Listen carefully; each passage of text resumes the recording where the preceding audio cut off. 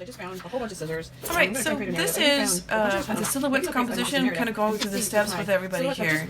And what you're looking at now are my just direct copies of each of the scissors. And I just put them on the paper and trace them. You can do that. You can do a sketch and then kind of correct the sketch. Right now I'm just sort of cleaning it all up, but I've got a lot of different shapes that I can use, so I'm going to cut out my pattern.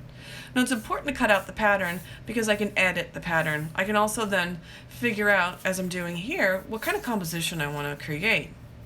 So in this, what I'm looking for is placement.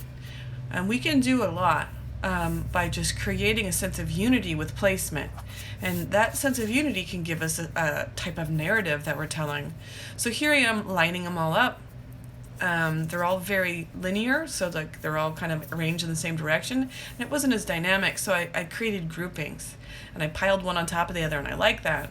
So to create this idea of a group of smaller scissors with the bigger scissor, I push them further away, so it gives the idea that there's a separation between the two.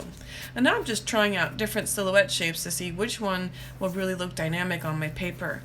And I decided that the bigger scissors definitely works. I have a few different size of smaller scissors, and now I'm placing them around the edges. So once I've got a composition I find really dynamic, I'm going to tape the ones together that are overlapping. You can see me do that there. And I'm going to draw on the, I'm cutting some tape right now. And I'm going to draw on the paper where things are located so I can put them back after I've cut them out in black paper. And you don't have to do this, but I find it helpful, especially when it might have been a while since I've actually created the silhouette, and I don't know what the composition would look like.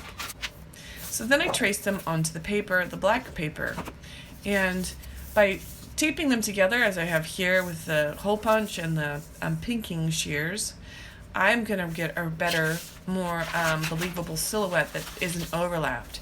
And I'll trace them. I'm trying to find like the best position on my skinny piece of paper.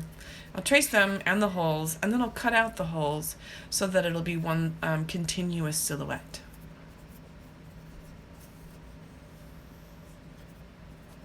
And I'm just holding it down as I trace so that it doesn't move.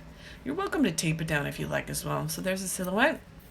And then I'm just cutting out the different shapes, spending time to get my jagged scissor edges as smooth as possible, so that I can create a really nice clean silhouette and a very readable silhouette.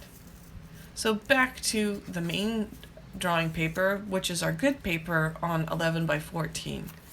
And I'm again trying to find the location of where I had drawn the marks, making sure that that placement is something that looks good in the black silhouette.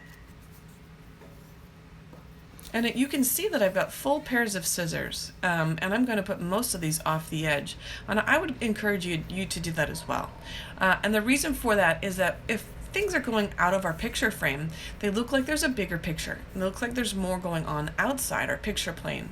When we capture it inside the picture plane, it looks less dynamic. It doesn't seem to have any type of movement. So by having a full pair of scissors, I'm allowed to really push that limit and not have to worry about how far the scissors will go. This is gluing. I showed this to you in class, and what I'm using is a piece of paper on the bottom. I take that piece of paper off, I have a clean piece of paper, I put over it and I smooth it out so I don't ever touch my silhouette, and that prevents me from wrinkling the silhouette. And lastly, since I had those going off of the edge and going outside the frame, I want to cut them off, literally. And I just let it dry for a little bit. Then I go back in with my X-Acto blade, flipping it over so I get a really nice cut. If you cut wet or glued paper that's drying, it will not cut very well. It'll bend it and tear. And this is going to get me a nice clean cut. You can use scissors too if you want. But when I use my X-Acto, I don't tear it off. I wait till it comes off. By just lightly tapping it with my blade. Alright, and then we have the final composition all ready to go, nice and clean, without any blemishes.